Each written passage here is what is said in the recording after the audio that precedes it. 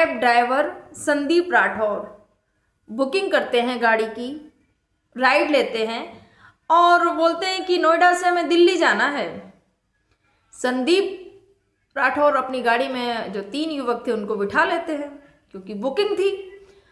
और उसके बाद में क्या होता है, उसके बाद में जो हुआ उसको सुनकर आपके पैरों तले जमीन खिसक जाएगी कि कोई ऐसा भी कर सकता है। आखिर क्या हुआ था, जानने के लिए बने रहिएगा पूरी वीडियो में। आप सभी को मेरा प्रणाम, मैं सरिता राठौर। कैसे हैं आप सभी?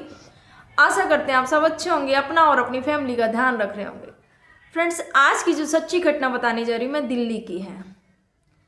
फ्रेंड्स, दिल्ली जैसे इतनी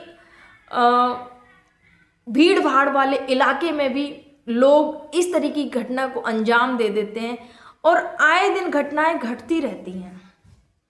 17 और 18 दिसंबर का ये जो मामला है, गाड़ी बुक की जाती है नोएडा से दिल्ली के लिए।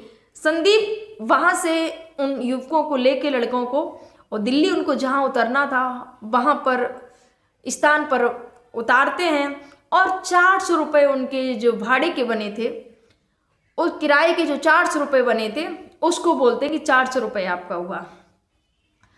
अब वो जो लड़के थे वो लड़के किराया देने के लिए तैयार नहीं कि नहीं 400 रुपये मैं तो नहीं दूंगा 400 रुपये। ऐसे ही वो जाने लगते हैं तो यहाँ पर बहस होने लगती है। संदीप अपना किराया मांगते हैं कि भाई अब कैब ड्राइवर हैं और जो भी ओला उबर की जो भी गाड़ियाँ चलाते हैं उनको उनकी खुद की गाड़ी तो होती नहीं है। उनको ऊपर जहाँ से उन्होंने आपने राइड बुक की तो जो मालिक हैं जो इस ऐप के हैं उनको देना पड़ेगा पैसा। भाई उनकी खुद की गाड़ियाँ नहीं होती कि नहीं दोगे कोई बात नहीं चल जाएगा, लेकिन जब उनको ऊपर अपने साहब को देना है पैसे तो फिर कैसे ना संदीप पैसे मांगता। संदीप राठौर ने जब पैसे मांगे तो वो लड़के झगड़ा करने लगते हैं और बहस करने लगते हैं। उसी में से एक लड़का चाकू निकालता है और चाकू निकालने के बाद में एक चाकू संदीप के सिर पर वार करता है और एक चाकू पेट में वार करता है। संदीप को संभलने का मौका भी नहीं मिलता है क्योंकि वो 3-4 लड़के थे। सोचिए, उन लड़कों में से किसी एक लड़के के भी मन में नहीं आया कि अगर ये चाकू निकाल के मार रहा है कि उसको रोकते या उसको मना करते, क्योंकि तीनों एक ही तरीके के रहे होंगे ना। कैसे मना करते, वो इसी तरीके के रहे होंगे। और उसमें से एक लड़के ने चाकू मारा और 2 चाकू सिर पे और पेट में इस प्रकार से लहूलुहान कर दिया संदीप राठौर को। वो जब रोड के किनारे खून में लस्त पस्त संदीप राठौर जब लोगों को जब मिले तो देखा तो तुरंत पुलिस को बुलाया जाता है और पुलिस को बुलाने के बाद में संदीप को आईसीयू में भर्ती कराया जाता है क्योंकि हालत बहुत ख़राब थी संदीप की। उसके बाद में जब पुलिस वहाँ पहुँचती है, पुलिस बयान लेती है क्या हुआ था क्या नहीं, तो संदीप ने बताया कि 400 रुपये के लिए 400 रुपये राइड के बने थे और 400 रुपये मैंने मांगे कि इतना किराया हुआ है, उसके लिए उन्होंने मुझे चाकू से गौंद दिया। फ्रेंड्स, उसके बाद में संदीप ने ये बताया और संदीप की 2 दिन बाद संदीप की मौत हो जाती है। उन लड़कों को सीसीटीवी के आधार पर उनको गिरफ्तार तो कर लिया गया है, लेकिन संदीप का क्या कसूर था? 26 वर्षीय संदीप राठौर की 3 साल पहले ही शादी हुई थी। सोचिए, पत्नी पर क्या बीती होगी, माता पिता पर क्या बीती होगी जिनका जवान बेटा चला गया। ये लड़के तो बताया जा रहा है कि एक नाबालिग, उसमें बताया जा रहा है कि एक जिसने चाकू से हत्या की वो नाबालिग था। सोचिएगा, चलिए मानते हैं नाबालिग था, लेकिन जो 2-3 और थे वो तो बालिग थे। क्या उनको नहीं पता था क्यों इसको मार रहे हो? तुम्हें नहीं रुपए देने थे, जो भी है ठीक है, पर तुम चाकू से वार कर रहे हो किसी पर। क्योंकि ये न्यूज़ में आया जो मैं आपके समझ बता रही हूँ, क्योंकि इसमें बताया कि जो जिस लड़के ने चाकू मारा है वो नाबालिग था।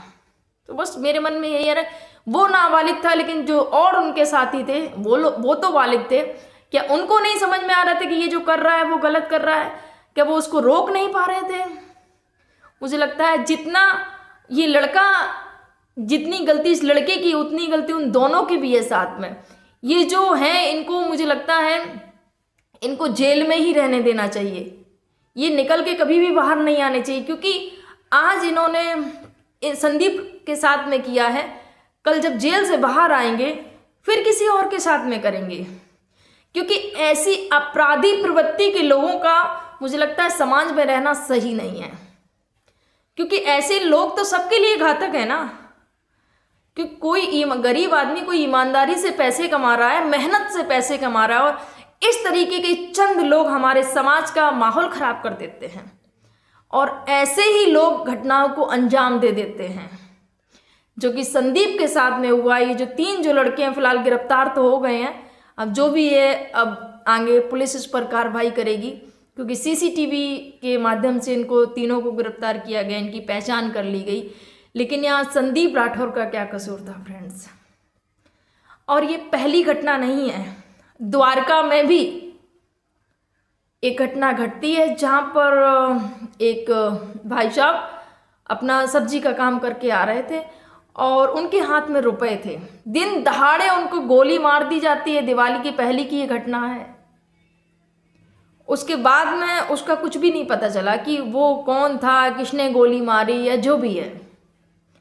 तो दिल्ली में ये जो आए दिन जो घटनाएं घटती आ रही हैं, जो देखने को मिल रही हैं, काफ़ी सच में मानवता को शर्मसार करने वाली घटनाएं कि कितने बदल गए हैं।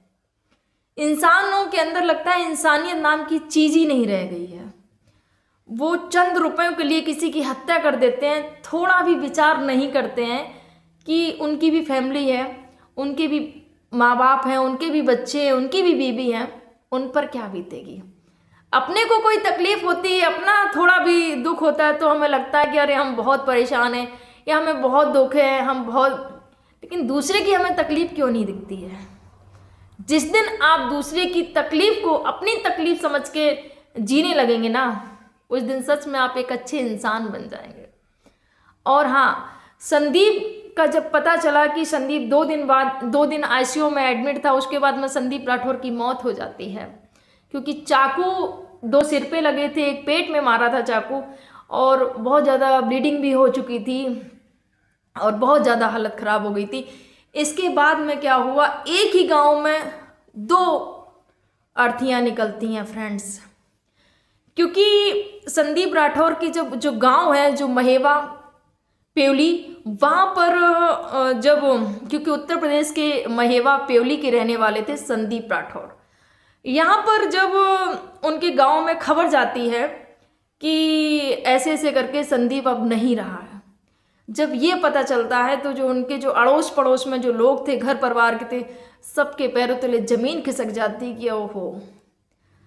बीवी दहाड़े मार के रोने लगती है, माता पिता भी रोने लगते हैं। वहीं पर एक और सदस्य, उनके ही पड़ोसी पप्पू राठौर, वो जाते हैं दुकान पर। क्योंकि उन्होंने सुन लिया था ये जो घटना थी सच में किसी को भी झकझोर देने वाली थी।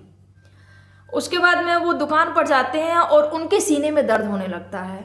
अब जब उनकी तबीयत बिगड़ने लगती है तो जो उनके घर वाले होते हैं तुरंत महेवा से इटावा ले जाने की कोशिश करते हैं कि जल्दी जल्दी उनको इलाज मिल सके, ट्रीटमेंट मिल सके उनको।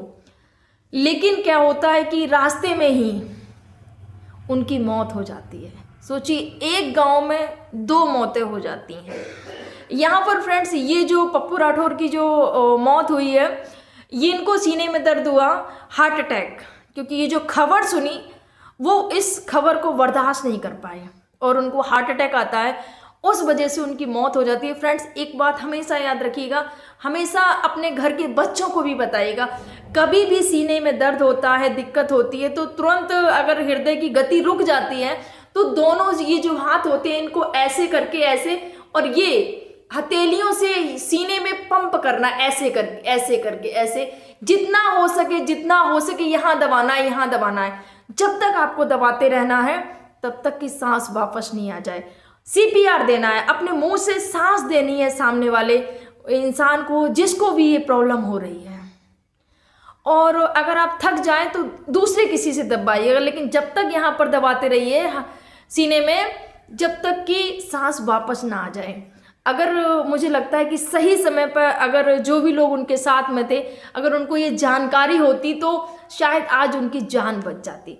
तो फ्रेंड्स, ये बात, ये ज़रूर अपने घर वालों को शेयर करिए। कभी भी सीने में दर्द होता है, हार्ट अटैक के ये लक्षण होते हैं, और ऐसी कभी प्रॉब्लम आती है तो तुरंत आप ऐसा जरूर करिएगा, CPR जरूर दीजिएगा, क्योंकि इससे हम उस व्यक्ति की जान बचा सकते हैं। ये जो घटना थी बहुत ही दुखदाई थी। मैंने जब सुना कि एक साथ 2 लोगों की अर्थी निकलती है तो बहुत दुख हुआ फ्रेंड्स। एक तो संदीप राठौर, दूसरे पप्पू राठौर, जिनका कोई कसूर नहीं था। सोचिएगा, आपके क्या विचार हैं, कमेंट जरूर करिएगा। आप सभी को मेरा प्रणाम। जय हिंद, जय भारत, जय सिया राम।